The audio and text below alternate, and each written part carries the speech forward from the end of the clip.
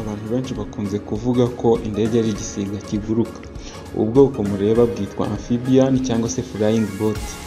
Ubwoko bukunze kuba ku nyanja cyangwa se ku biyaga binini, ariko ubu bwoko bujya bubasha no kugwa ku butaka cyangwa se ahantu hari urubura, kuko bwifitemo ubushobozi n'uburyo bubasha gukunja amapine cyangwa se bukongera bukayakoresha bukabasha kugwa ahantu hatandukanye.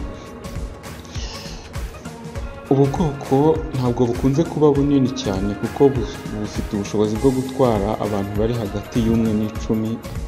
Bukaba bukunze gukoreshwa ubwoko bwa moteri bwitwa piston engine. Ni ubwoko tumenyereye no mu modoka zisanzwe.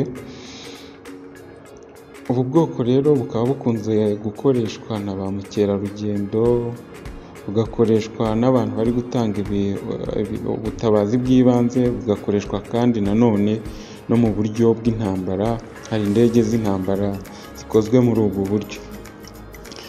Kenshi na kenshi tumenyereye ibigo bikora indege yuko ari Boeing, Airbus, Bombardier cyangwa se Antonov Serial Production Plant, kuko ari ibigo binini bikunze gukora indege zimenyerewe cyane, zikoreshwa mu bwikorezi bw'ibintu n'abantu.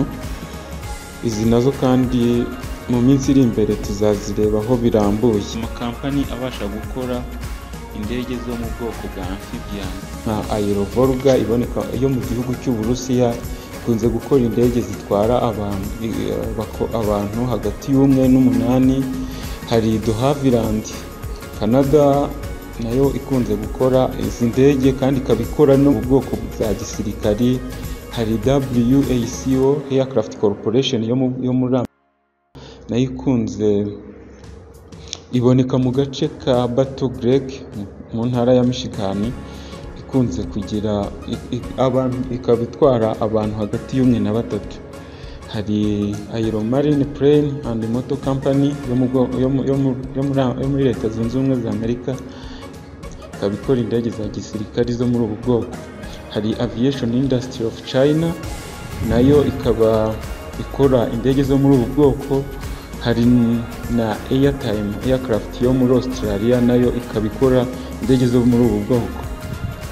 Hari kampani nyinshi zikora ubu bwoko bwa amphibian cyangwa se ubwato buguruka, ntabwo zose twazivuga ngo tuzirondore.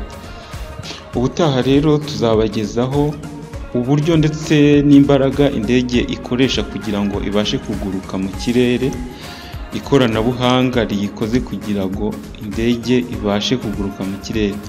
Ujye ureba uburyo iyo uteye nk'ibuye mu kirere ritamara n'amasegonda, ariko ukibaza indege ifite amatoni arenga 400 ikabasha kuva ku mugabane umwe cyangwa se mu gihugu kimwe ikajya mu wundi mugabane cyangwa se mu kindi gihugu. Umwihariko wa Indege News ni ugusobanura byimbitseyo imikorere y'indege. Turagusaba rero gukora subscribe kugira ngo ibiganiro bikurikira bizajye bikugereraho igihe, gukora share kugira ngo usangize n'abandi, like ndetse no kuduha ibitekerezo byawe n'ibyumviro byawe muri comment. Murakoze.